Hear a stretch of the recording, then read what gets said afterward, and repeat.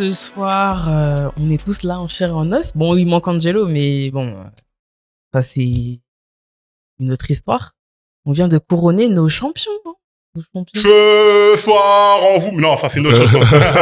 Go New York, go New York, go! Allez à la maison. Non, je n'ai qu'une chose à dire. Cash rule everything around me. Cream get the money. Mais attendez. Je sais que vous l'avez fait à la maison. Non, mais en tout cas. Les Knicks sont champions 2026. Non, mais plus en train. Non, je suis désolé. Je peux pas. Ils ont sweepé mes Cavs. Je peux pas être là. Ah. Pardon. Bref. Bon, mais ça va? Non, ça va. Oh, double casquette? Oui. Carrément, les Knicks, je vais pas mentir que les Knicks gagnant 4-1, les Spurs, c'était pas dans les pronostics. Disons-nous les termes, mais je pense que t'es le seul sur le plateau qui avait prédit une victoire des Knicks. Gentleman sweep. Ouais. Faut le reconnaître. T'as vu? Bravo. De toute façon, ça avait été filmé au play-in, donc de toute façon, il y a les preuves. Bravo. Exactement. Mais, moi, quand j'ai vu, après, il y a la ferveur des Knicks. Je pense que de toute façon, les New-Yorkais. Mais moi, tu vois, l'image, la plus kiffante que j'ai vue cette nuit, moi, c'est, tant que Pat Ewing, il est heureux, moi, je suis heureux. Ok. Moi, Pat Ewing. Ok. Tonton Patou, il est content. Mais il a trop souffert. Il a trop souffert. Et je pense que il représente à peu près tout l'état de New York pendant toutes ces années où il y a eu ça passe à un cheveu, parce que je pense que lui il est passé vraiment à un contre à un John Starks du titre. Okay. Donc je pense que la ferveur new-yorkaise a été vue pendant toutes ces playoffs. On a vu de toute façon dans le game 5 qu'il y avait tellement de New-Yorkais à San Antonio. Ouais. On va revenir dessus. Déjà, Ali, on n'est pas seul. Ouais, on avait que une grande personne. Ça commence par L, comme légende. Ouais. Légende. Ouais. Un grand New-Yorkais. Un très grand New-Yorkais. C'est mon big bro est dans la maison, un vrai New-Yorkais, Armen Djerayan. Je me demande. On peut l'applaudir. Félicitations carrément. Je me demande si c'est pas le New-Yorkais originel. Mais Flexa, laisse-le se présenter. Qui il est? Oui. Qui êtes-vous, monsieur Dites-nous. Il don't need no introduction. Hein? Big Armen, ça va quoi? C'est plus la même émission, t'as pas les exactement. Ça va quoi? Salut tout le monde. Ouais, super. Trop content, encore plus content depuis 3h du matin, là. Je suis comme un fou, j'ai pas dormi depuis 3h du matin. Ah, j'imagine. Ouais. Bah, justement, réaction à chaud, justement, du match. Qu'est-ce que t'en as pensé? Bon, je vais être franc avec vous. Ça va pas plaire à Flexta, mais j'avais peur que les Spurs gagnent ce match et que, par contre, on gagne en retour à New York. Au Garden. Donc moi je m'attendais à un Game 6 en fait, je m'attendais pas à un Game 5. Okay. Et surtout dans la manière dont le match a commencé. Et je vais être très franc avec vous, je me suis réveillé un peu en retard. Donc j'ai pas pris le match dès le début. Donc j'ai regardé ce matin le replay. Ouais. Et en fait moi quand je suis arrivé, c'était le deuxième quart-temps déjà qui avait commencé. Et j'ai rien à dire. Jalen Brunson, 41 points. 45. Mais c'est même, ça va au-delà de ça. C'est-à-dire que non seulement ils sont champions NBA, et c'est pas arrivé depuis 53 ans, mais en plus, il y a des records de battus dans l'histoire de la NBA. Et ça, c'est complètement dingue. Et puis, l'humilité de chacun, le team supporté par une ville en feu et tout. Enfin, moi qui ai vécu là-bas, c'est juste, là, j'y suis pas, malheureusement. J'aimerais tellement être là-bas et le vivre. Tu serais quoi? Tu serais sur un panneau, tu serais sur un arrêt de bus, tu serais sur une voiture, t'aurais cassé quoi déjà? Je suis trop vieux pour ça. Mais déjà, je serais dans un parc à célébrer ça avec toute une communauté de gens qui les supportent. Mais justement, toi, en tant que fan d'Enix depuis des années, comment vous l'avez vécu? Juste le fait déjà de les playoffs qui avancent. Vous avez passé premier tour, second tour, finale. Comment vous avez vécu la chose? Est-ce que vous vous êtes dit, à quel moment vous vous êtes dit, il y a moyen de prendre le titre?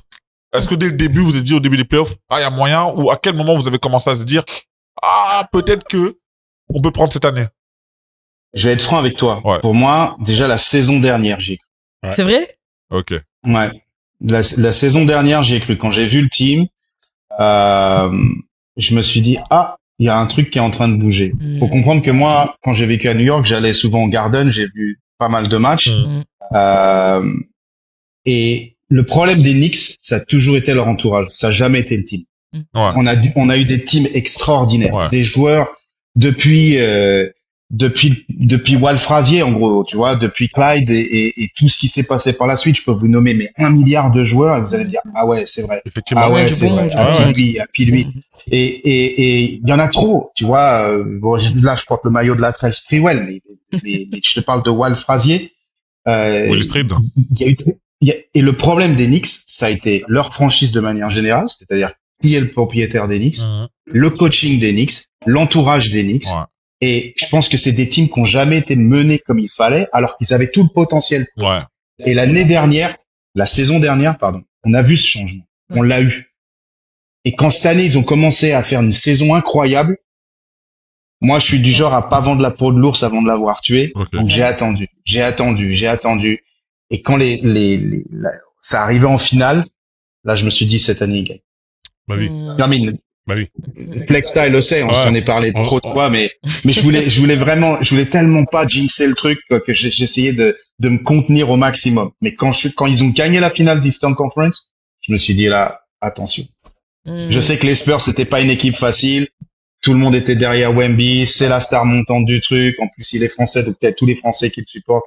Mais moi, je suis une Knicks depuis 80, depuis tellement longtemps. Wow. Moi, pour moi, c'est culturel. Ça va au-delà du fait d'avoir vécu à New York ou d'aimer le basket. Ouais, Merci, là, merci, c'est merci. c'est une naissance là carrément. Mais merci Armen, parce que moi aussi j'ai dû me justifier d'être pour New York, alors que voilà, tout le monde sait que je suis un Laker.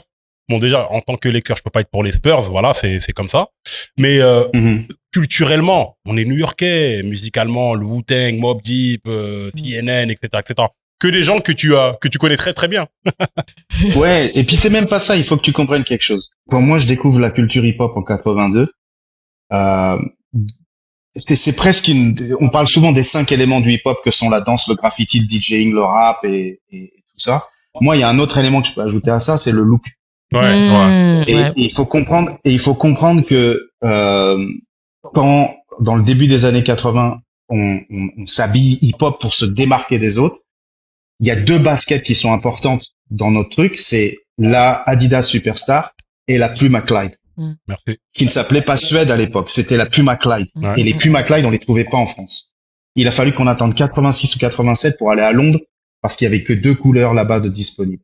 Donc, et à ce moment-là, quand tu veux tellement cette basket, bah, tu t'identifies un peu à qui est l'icône qui porte cette basket. Il faut comprendre que Walt Frazier, il joue au basket avec des Pumas Andins, mec. Parce que, à l'époque, il y a pas 1000 baskets. Les mecs jouent avec des Converse à la base, tu vois. Ouais. Oui, c'est vrai. Ouais, c'est vrai. Hein. Des fous furieux. Et fin des années 80, on a la Pathé Wing qui arrive. Oh là là.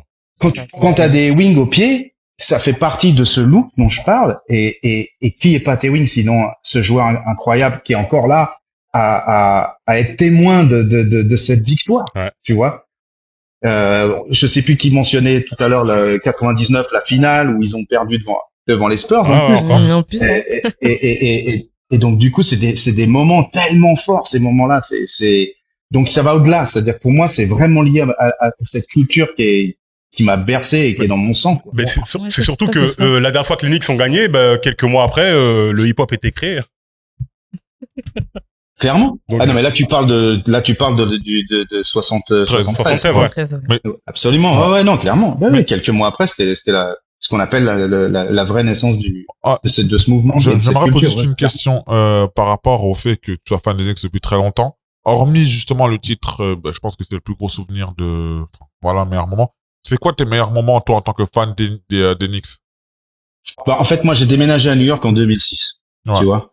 Donc moi, quand je suis arrivé à New York, il y a eu ce team incroyable qui était Carmelo Anthony, Amar'e Stoudemire, J.R. Smith, il y avait Jason Kidd, Iman Shumpert et Jeremy Lin avant qu'ils se fassent les croisés, tu vois. Donc moi, j'ai vu ces gens-là jouer. Et si tu veux, à cette période-là, elle est particulière parce que là, je te parle de moi en tant que témoin live, pas en tant que fan. Incroyable, parce que fan, j'aimais les Knicks depuis. Je te dis, j'ai le maillot de Sprewell. Tu vois, j'étais super fan de Stephen Marbury. pas uniquement en tant que membre des Knicks, mais déjà lui, il était pour ce qu'il était C'est un très avec bon le goût, Terror hein, très bon Squad, Jersey, Terror Phoenix. Squad, Rocker Park et tout. Enfin, tu vois, il faisait partie d'un team au-delà de ce qu'était C'est les une Knicks. référence, oui. Donc il y a plein de gars comme ça. Les gens ils parlent pas de Penny Hardaway, les gens ils parlent pas de. Tu vois, il y a plein de gens Mark Jackson. mythiques, les Charles Oakley, et tous ces gars. Ouais, il y a trop de personnes super importantes qui ont fait partie des Knicks. Mais ce team qui était Melo, Stoudemire, J.R. Smith, Jeremy Lin, Tyson Chandler aussi. c'était qui Tyson Chandler. Chandler, Ouais. Baron Davis, il y a eu trop de mecs. Ouais, clairement. C'était n'importe quoi. Et leur problème, c'était quoi? C'était pas le team. C'était coaching, les coachs assistants, c'était C'est les gens le autour. propriétaire des Knicks à ce moment-là. Enfin, c'est-à-dire que Ouais. c'est bien beau d'acheter des joueurs et d'en faire le team superstar, mais si tu les coaches pas comme il faut, si tu les emmènes pas là ils doivent aller, ça devient juste des électrons libres au sein d'un team qui n'arriveront nulle part. Et c'est exactement ce qui s'est passé. On est d'accord. Ouais, juste une question par rapport à cette team-là, parce que moi, j'ai suivi, c'est une équipe que j'aimais beaucoup, début 2010. Est-ce que, moi, j'ai ma théorie par rapport à cette équipe-là, parce que Stoud arrive en premier, et Carmelo arrive milieu d'année. Ouais. Exactement. Est-ce que, parce que pour moi, Stoud et Carmelo, c'est pas compatible.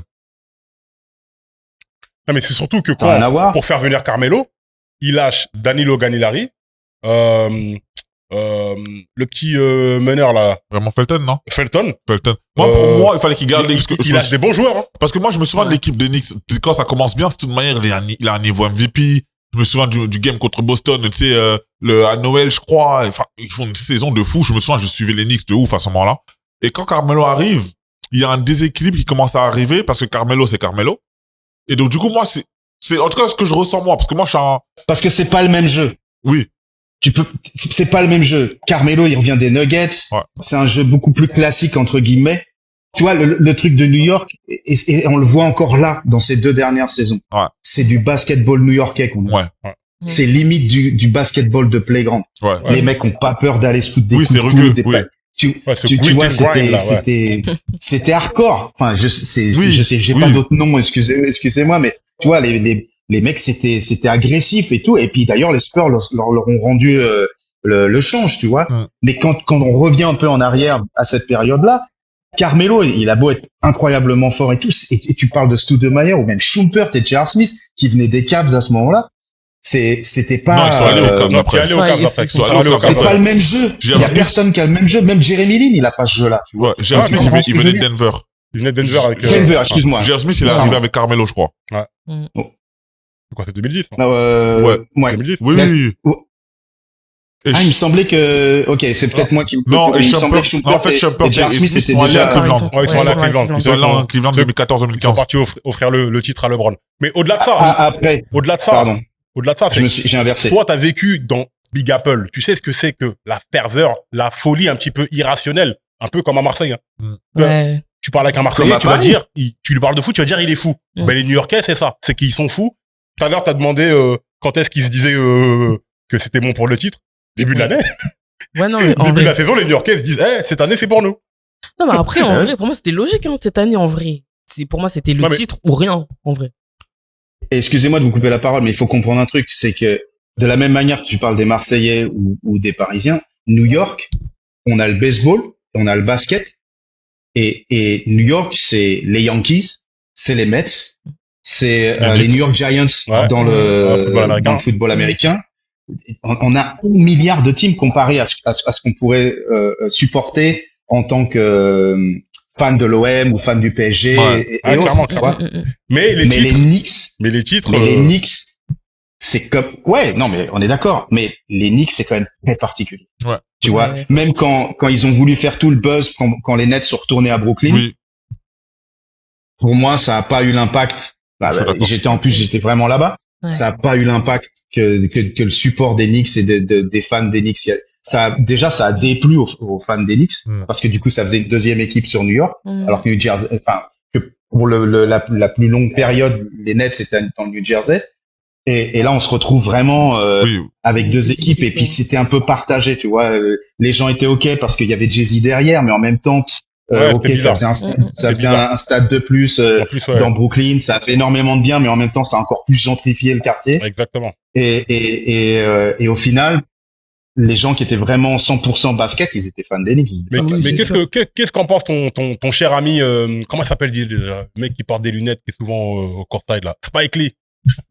Hein Mec, j'ose même pas. Il y a deux personnes avec qui j'aimerais être. Voilà, tu vois, les personnes avec qui j'aurais voulu le souhaiter d'être à côté, c'était lui et Action Bronson, clairement. Ouais, clairement. Ouais, c'est sûr. Clairement. Mais Spike, Juste, vraiment, il y a une pétition qui avait commencé là. Il y a des gens qui disaient que le mec, le non-basketteur qui mérite une bague, c'est Spike Lee. Oui, parce que C'est trop. Parce hein. que, Bah, en soi, c'est lui le vrai supporter du team, c'est lui depuis le début, quoi. Ouais, ouais, parce tellement, qu'on tellement. on l'a vu depuis des années où les périodes où moi je l'ai surtout commencé à le voir, je pense dans les 90s où on voyait les Bulls, la rivalité Bulls-Knicks où il était sur le courtside tout le temps et même des fois il était même impliqué dans des séries de playoffs, enfin la série contre Indiana par exemple où Ah, c'est de sa faute. où Reggie Miller lui met enfin voilà, on connaît l'histoire avec Reggie Miller, on sait que le dunk de Scottie sur Ewing où il dit à Spike Lee de s'asseoir. Enfin, moi la question que je te pose aussi, enfin je sais pas un truc, mais en tant que fan, là on va dire 2026 c'est une équipe qui est incroyable.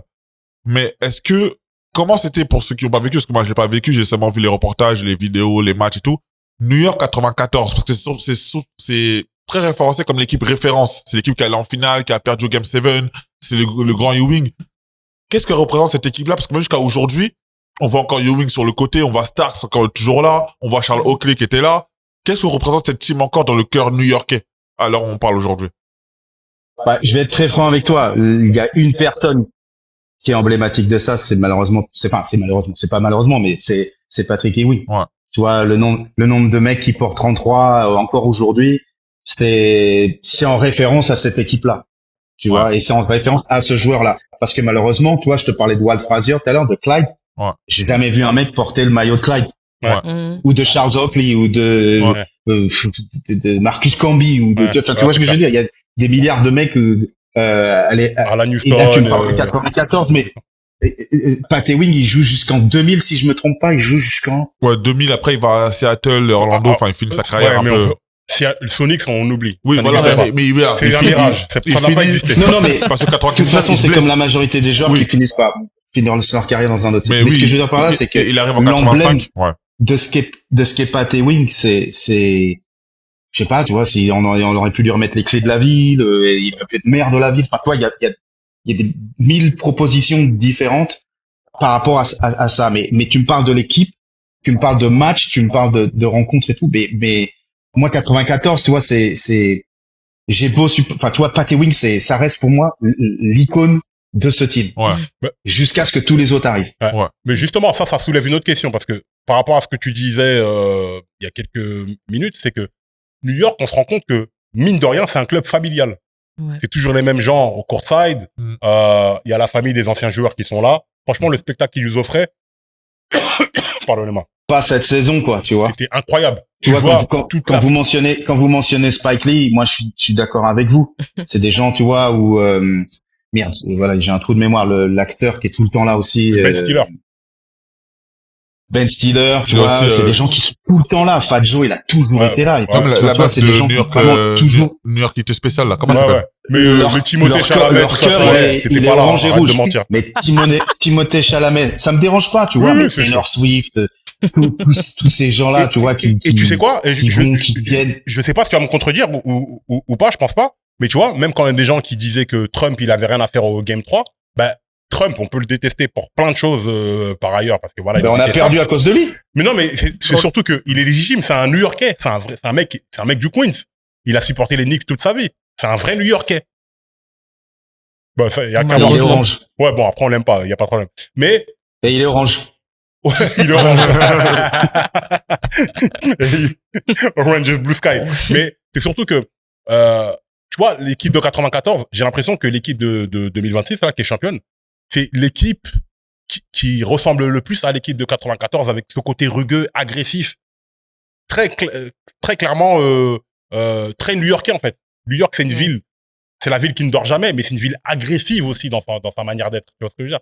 Ouais, mais tu sais, je sais pas si on peut comparer ça. Ouais. C'est des époques. Et tu sais, malgré tout, un sport il évolue.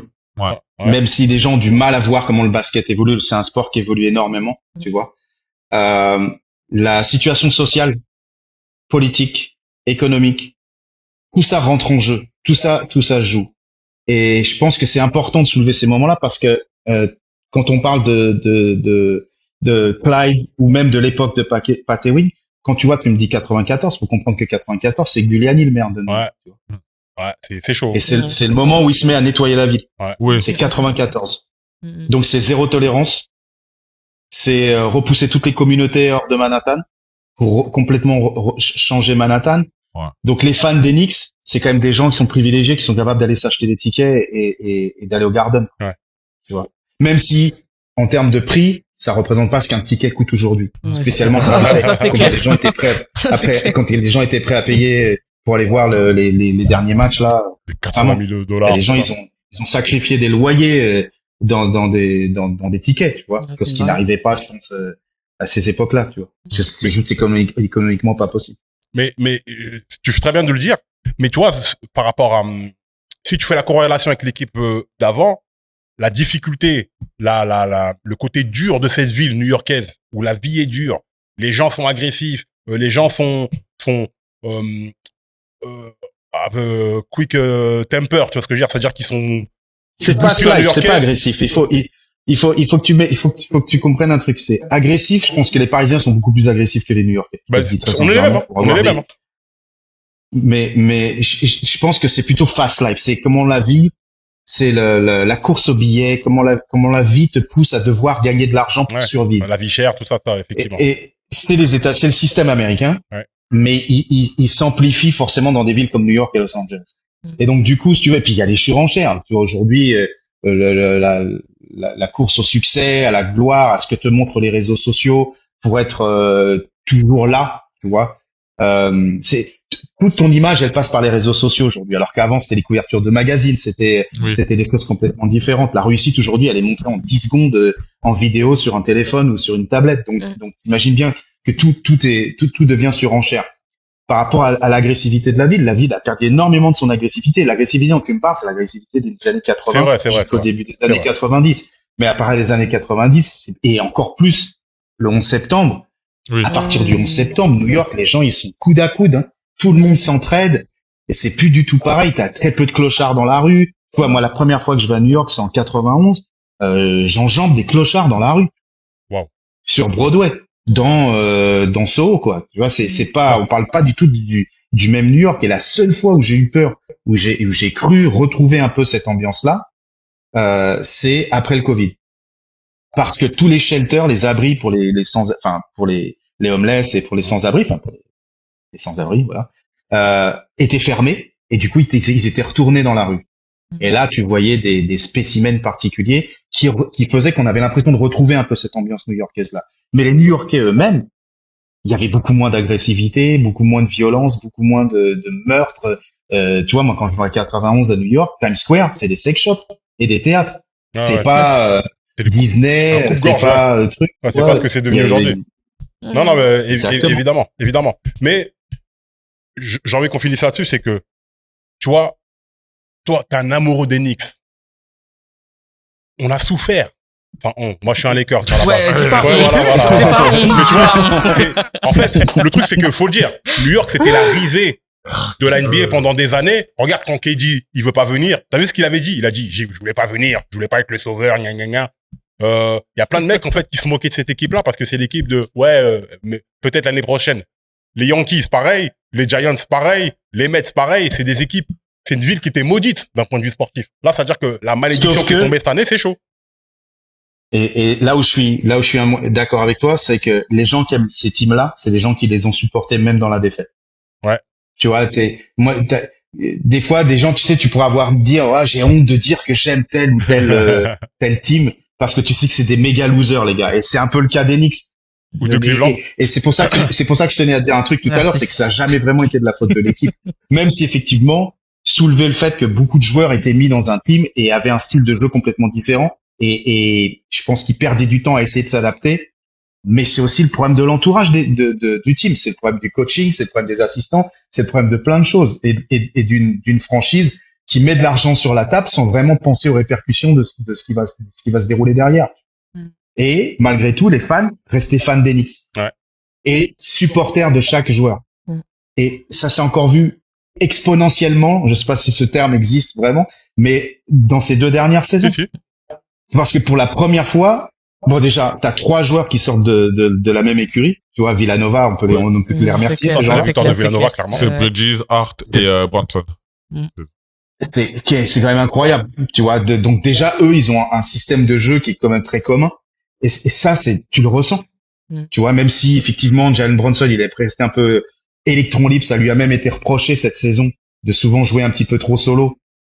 Mais il y a quand même eu des moments de team, spécialement au début de ces playoffs, où tu peux te dire, ouais, mais tu vois, moi, j'ai un pote qui m'a dit un jour, ouais, mais les Knicks, ils ont pas de banc. Ah. Bah, Là, pour le coup, cette saison, ils en ont eu un. C'est pas le banc Ouais, d'OKC, clairement, mais Mais c'est un un bon banc qui a banc été quand très même. efficace au moment clé. Et il y a eu le fameux facteur X, le mec qui sort du banc pour vous aider à gagner, tu vois. oui. C'est ça le truc. Et des mecs comme ça, on peut en citer plein, tu vois. Et donc du coup, moi je me dis, bon, il y a pas de banc, effectivement, mais c'est pourquoi? C'est parce qu'il y a pas de communication autour du banc. Mais le banc, il est là. Bien sûr. Mais C'est juste la promotion, la manière de oui, le marketing qui a été fait autour de Steam, il a été géré sur le 5. Tu vois. Et donc je me suis dit, et même toi, ça te fait douter. Il y a des moments où tu te dis, ah ouais, putain, mais est-ce qu'il a pas raison? Et en fait, là où il a eu tort, enfin, mon ami a eu tort. Je vais te dire qui c'est, Flexta, c'est pas tout. pas tout. Et là où il a eu tort, c'est qu'à chaque fois qu'ils ont fait rentrer un gars du banc, c'est un mec qui a été décisif dans la manière dont le jeu a clairement. changé de direction. Chamette, Alvarado, Même Robinson, compagnie. Mitchell Robinson Ouais, aussi. Robinson aussi, effectivement. Même si Robinson, c'est vraiment un des joueurs que j'arrive pas encore à, Ouais, il a été un peu, j'arrive pas à m'identifier. Je le Ouais. trouve trop lent. il a été, Enfin, mais c'est son physique, tu vois. ouais, il a été décevant, clairement. Mais il a été décisif dans plein de Oh, choses. non, moi, je peux Faut pas lui- décevoir. faut On en lui parlera donner ses fleurs, on en parlera dans le truc. On en parlera quand on parlera vraiment du match et des match-up. Une dernière chose. Le Wu-Tang, Method Man, il a dit, Knicks in 5, what In you five. talking about?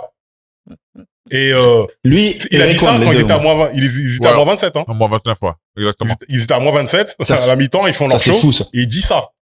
C'est prophétique de fou, parce que fallait y croire à ce moment. Moi-même, j'y croyais plus. Moi, j'étais en train de texter avec un pote, je disais, bon, je crois qu'ils vont faire 2-2. Et là, si 2-2 de cette manière-là, je pense que le momentum, il va passer à San Antonio et truc. Ben, on a vu ce que... Donc, c'est aussi la Horrible. victoire du Wu. Clairement. Et encore. Ouais, c'est Staten Island, c'est New York. Ça, ils auraient été du New Jersey, ça aurait été plus complexe. Mais ouais, non, clairement. Ouais, Culturellement, ce match-là, c'est pour moi, c'est tellement un match historique. Pour moi, ça, tu sais, quand t'écris des livres, c'est des trucs que tu vas dans les livres d'histoire que tu vas garder, c'est ce match-là. Ah, mais clairement. Avec l'action d'éclat de OG qui... De OG. Bah, c'est... voilà. Ce mec, fallait qu'il s'appelle OG, quoi, tu vois. Tu vois. mais bon, Incroyable. mais non, mais c'est ce passage-là, cette remontée-là, elle a tout le monde bouche bée, quoi. Je pense que les Spurs, ils ont réalisé à ce moment-là que c'était fini pour eux. Je pense que c'est ce match-là où ils se sont dit, est-ce qu'on se bat plus, qu'est-ce qui va se passer? Non. Quoi qu'il arrive dans la tête, ça fait quelque chose. Ça leur a fait quelque chose. Mentalement, t'es en plein dans des matchs décisifs comme ça. T'es devant à 30 points. J'exagère, mais Ouais. en gros, c'est ça, tu C'est vois. ça, c'est 30 points, c'est ça. C'est ça. Quasiment. Et les mecs te remontent tout. Ouais, et Oh. puis Psychologiquement, et puis c'est d'un point. un naufrage collectif. un point, c'est horrible. Ah, c'est horrible. C'est On rappelle les gens. c'est bon pour nous en tant que fans, mais la vérité, c'est qu'en tant que le team en face, et puis tu vois, c'est un super team, tu vois. Il faut pas, les Spurs, c'est les Spurs, tu vois. Même si c'est plus Duncan, Ginobili, Parker, enfin, tu vois, c'est plus cette équipe-là. Mais ça reste les Spurs et il y a toute une culture, on va appeler ça comme ça, Bien sûr. derrière ce team qui est hyper importante et une tradition, pas plus qu'une culture, excuse-moi. Et ça reste un team incroyable, tu vois. Ils étaient pas en finale pour rien non plus. Mais pour moi, il y a eu un peu de surdosage sur cette équipe-là, qui pour moi est trop jeune. Ah, clairement. Oui. Trop d'erreurs de fait, Clairement. trop de Clairement. trop de buzz avec bon, c'est sûr, Wemby, il faut lui donner ses même les mots qu'il a eu à la fin, les trucs, c'est émouvant. Même si c'est pas pour eux, ce qu'il te dit, ça te touche. Tu vois, en tant qu'humain, tu te dis, putain, Bien sûr. Bien sûr. C'est un bel humain. Ouais. Tu vois ce que je veux dire? C'est un bon joueur, c'est un joueur exceptionnel. De cette taille-là, ce qu'il fait sur le terrain, il y en a très peu, voire pas, tu vois. Donc il faut lui redonner aussi C'est fleur. Les fleurs, on était en face d'un vrai team. Ah, mais clairement. Tu vois, clairement.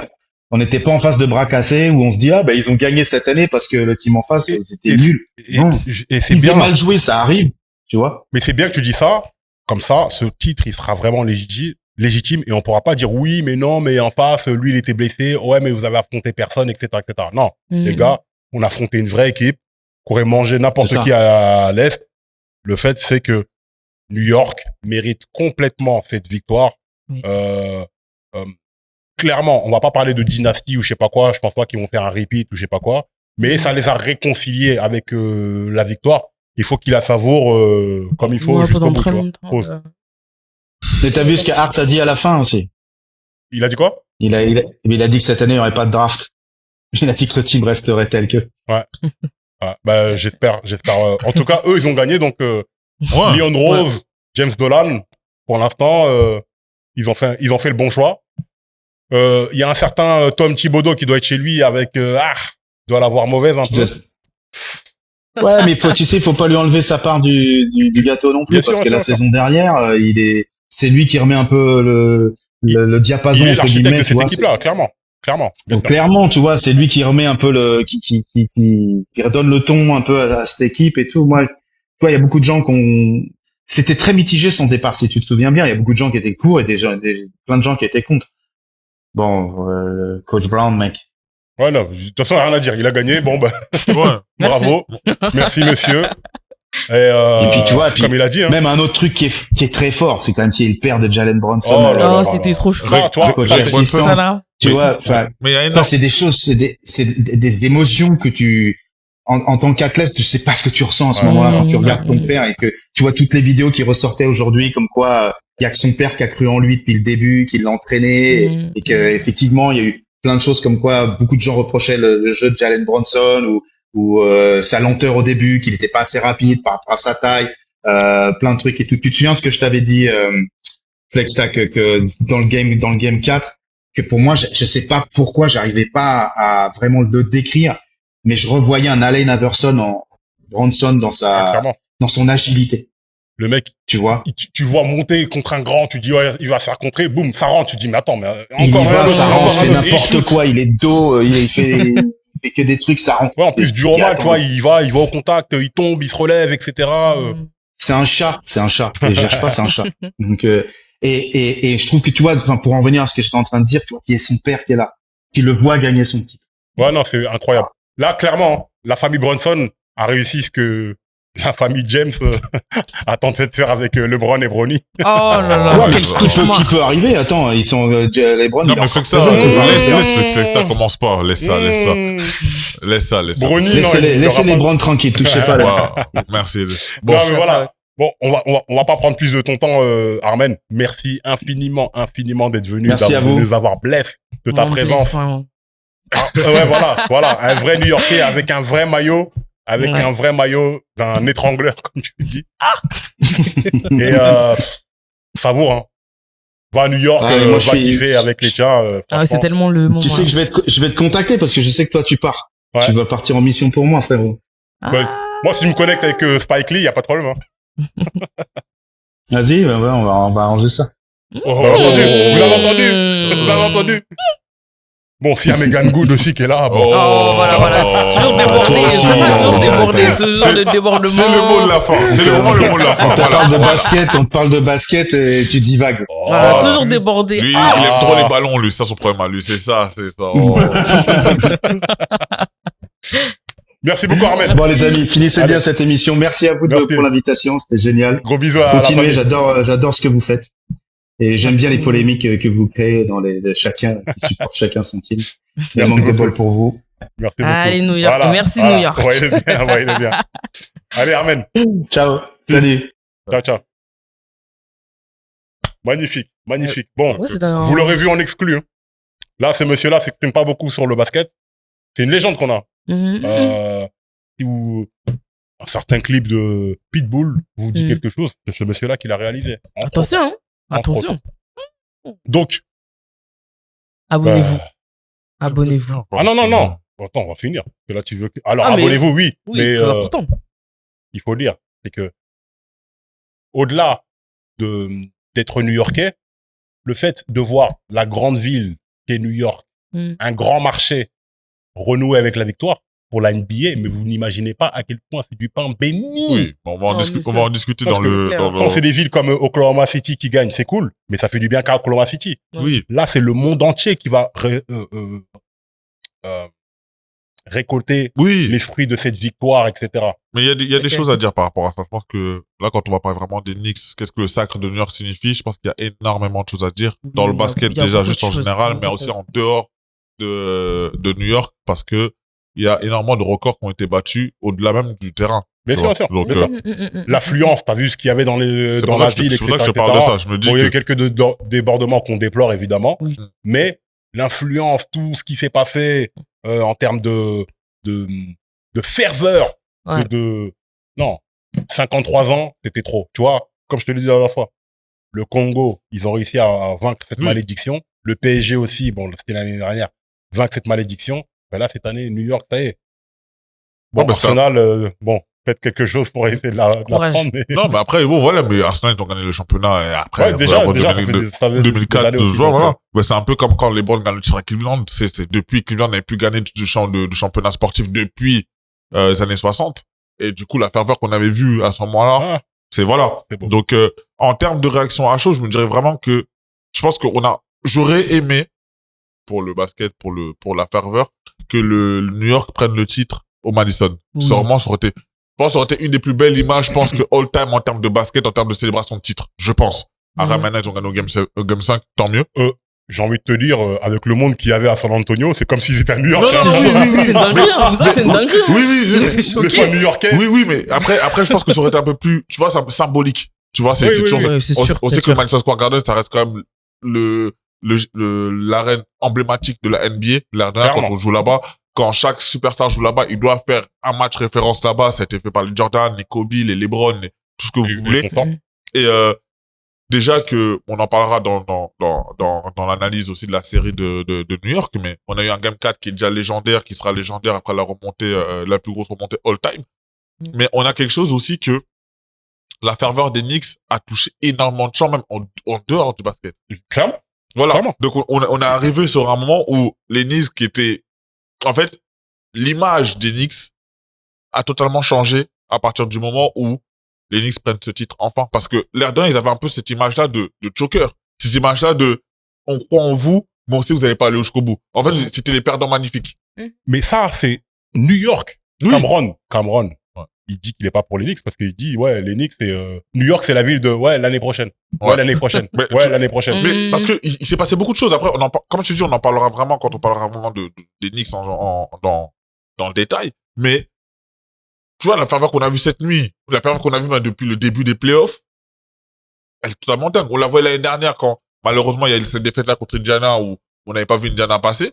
Mais là, voilà. Mm. Non, mais, Ali, vraiment. Je sais que t'es fan de Cleveland, que, voilà, c'est relou ce qui s'est passé pour Cleveland, etc.